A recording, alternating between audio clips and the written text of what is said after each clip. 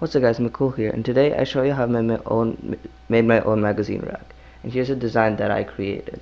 It has slots for 3 magazines and can also hold books because it's thick. And there's the thing on the top that keeps the books or the magazines from falling off. And I even put some names on it to make it more custom. So these were the measurements that I used.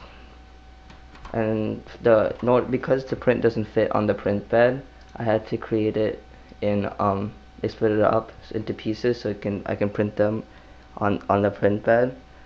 And then since there's no way to mount on the wall, I created this wall mount where it glues onto the bottom of the rack and it screws into the wall.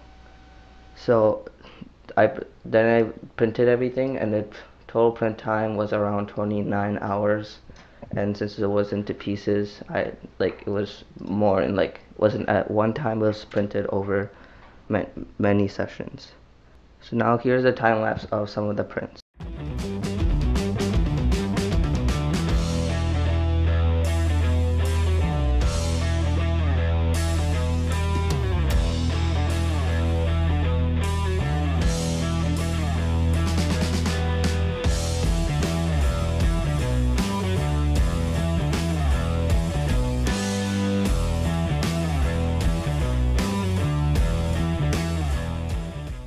Since now it's done printing, I needed to assemble it, so I used super glue to put together. This was probably the hardest part because it was finicky and the glue would get everywhere and it would take some time to dry.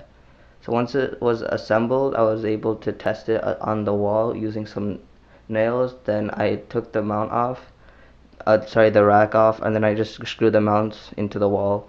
Then I put glue on top of it and set the rack on there. So once it was done drying, it was done. And here it is. Thanks for watching. Hope you enjoyed it. Please subscribe and I'll see you in the next one.